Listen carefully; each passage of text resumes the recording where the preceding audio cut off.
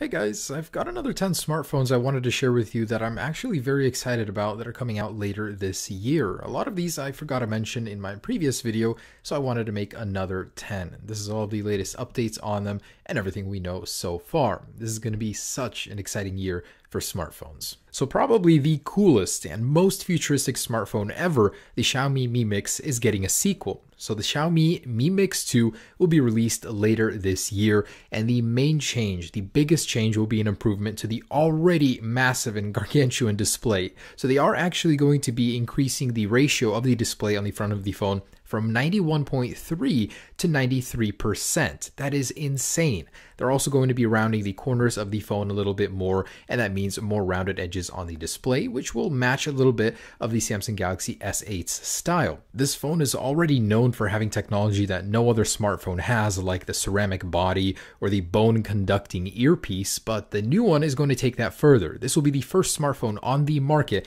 to have a built-in fingerprint reader embedded in the display. That is cool. You'll definitely see this on other smartphones like the iPhone 8, but it'll be on this one first.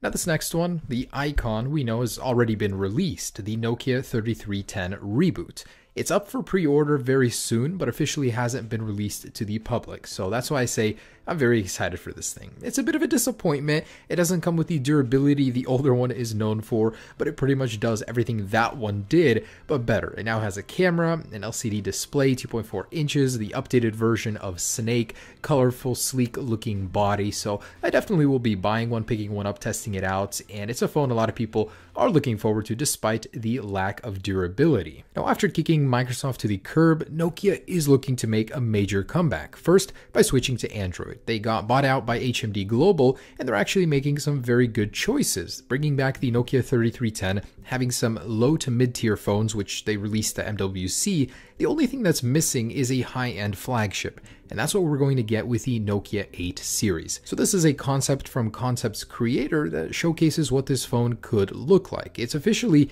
in the works to be released very soon, with specs featuring the Snapdragon 835, which should be an epic combination with Nokia, 128 and 256 gigabytes of storage, and a 5.5-inch display. And seeing just how far Nokia got with their smartphones when they were partnered with Microsoft, it's easy to believe that the camera on this thing is going to be amazing.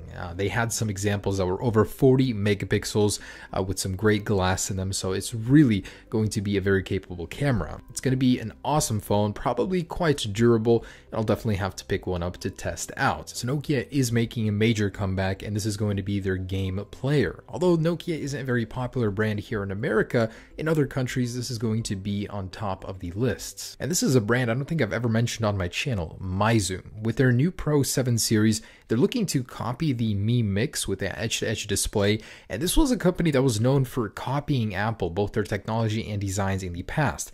Now they're trying to excel past it. With this new phone, it'll be a completely edge-to-edge display smartphone with some awesome new charging technology. They actually released their new super high efficiency charging, and they managed to promise the world to everyone with this charging technology. They managed to get a 98% efficiency where other competitors aren't quite as good. They're right around 90%. So this means you can charge your phone fully in just 20 minutes. That is insane. And they also do say that this actually extends the cycles that your battery can take. So you can go up to 800 now. That's amazing, actually.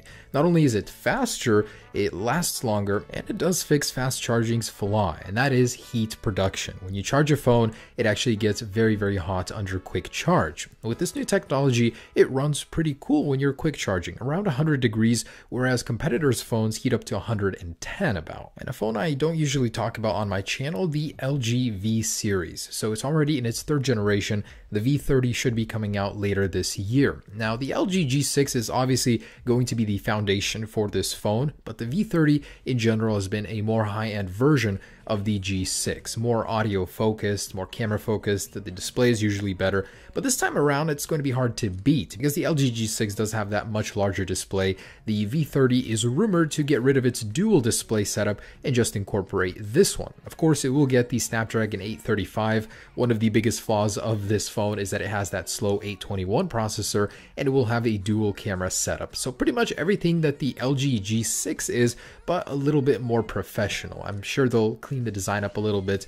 I don't really know what other changes they'll make to it, but they will have a 4 DAC converter setup inside, so you'll get some really great audio output out of this phone. And the Huawei P10. Do forgive me for the pronunciation, I'm not very familiar with this brand, but these are the same guys that brought us the Pixel 6P, which to many people, the Nexus 6P, which to many people was considered a very, very great phone. Still getting some software support even to this day. So this latest phone basically gives you everything, and I mean everything you could ever possibly want out of a phone. These guys try to eliminate the possibility that their phone is missing a feature. It does have the dual lens setup, it has a beautiful massive display, the form factor of the phone is quite good. It's a flagship that just incorporates everything you'd ever need out of a phone. It also does have a new Kirin 2.4 GHz processor that is octa-core. The lower end cores are 1.8 GHz. It has 6 GB of RAM, a dual SIM card tray, and one of those slots being a micro SD slot as well, in case you don't need the dual SIM functionality. Of course, it does have Leica glass. This thing is just amazing. It also even has an infrared sensor and a massive 3750 milliamp battery. Most amazing of all is that the front-facing camera has autofocus, really focusing on the cameras on that one. So next up is an unannounced Oppo phone. So they actually did release this phone, sort of a prototype that they showed off at MWC. So it's not officially a smartphone yet, but it will be. What they did demo was a technology that's actually really, really creative and amazing. Something we haven't seen on smartphones before, and that's the ability to get 5 times optical zoom. Not digital, but real zoom. The solution for it is to stack the lenses sideways in a periscope fashion. This technology was actually inspired by periscopes. So we will be seeing this in a future Oppo phone, but for now, it's just a technology that they did show off, and I was so impressed by it. I really, really wanted to show you guys this. It's actually quite incredible. As you know, technology is pretty much plateaued on phones. We don't really often see stuff like this. And like Steve Jobs said, you bet your ass they patented this. The description from the official company was that they aggressively patented this technology. I mean, I would if I was them. It's so unique. Now here's a smartphone that's not officially even out. It's been announced, but it's already winning awards. So it was voted the best new smartphone at MWC 2017. This thing was just announced, and yes, it is Sony's latest flagship, something I don't cover enough because these phones can be quite incredible. These phones aren't popular in America. I promise I haven't seen a single person using one of these, but on a trip to Europe, I have seen many over there, so I can see why they're so popular. Now, this is a smartphone with a 5.46-inch display that has a 4K resolution. Not the first one Sony has released with 4K, but certainly quite impressive when most smartphones have QHD displays. It's going to feature the Snapdragon 835, and it's going to have a rear camera with an impressive 19 megapixel resolution.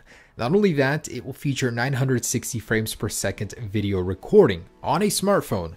Quite impressive. Wow. As cool and capable as this phone is, it's not going to be very popular here in America because of the support, especially because the fingerprint sensors come disabled here in America for whatever reason. It will come in many colors and arrive late spring in all other areas. And Motorola, these guys aren't dead yet. They're actually bigger than HTC with a 5% market share versus 3.2. Now they will be releasing their new flagship, the Moto Z 2017 edition, and with it 12 new mods on the back. Unknown if they'll be compatible with the older version, but this is a phone that's very thin, known for its modularity. You'll be able to upgrade it with a whole bunch of cool mod cases, and it's going to get an upgrade with the new processor, of course, and to keep the same slim design. And what? The Samsung Galaxy Note 7 is getting released again. Not here in America, but a latest rumor just a few hours before making this video claims the Note 7 is actually coming back in select markets. It was previously denied by Samsung, but now it seems Sam Mobile is reporting that this phone is indeed coming back first to South Korea. So they will be refurbishing these phones, fixing the battery issue and selling them. They have 2.5 million units that are ready to be sold. Of course, at a discount, but still, it's a great phone. And lastly, I just wanted to give you an update on the Samsung Galaxy S8. This is the next big flagship we're going to be seeing here just a little. So the official street release date has been pushed back by a week for apparently no reason. Actually, first reported by Venture Beat, they said that it will be pushed back from April 21st to April 28th. Of course, Samsung is taking quality control very seriously, and this could play into why they're doing that. More recent leaks have shown this thing actually in video, very sleek design. That display goes all the way up. Lots of picture leaks here. I mean, this thing is going to be so dang clean and good looking. And an official press render has leaked, so from Samsung itself, the real deal, this is it. And the actual date where you'll be able to pre-order this thing has leaked as well, which will be April 10th.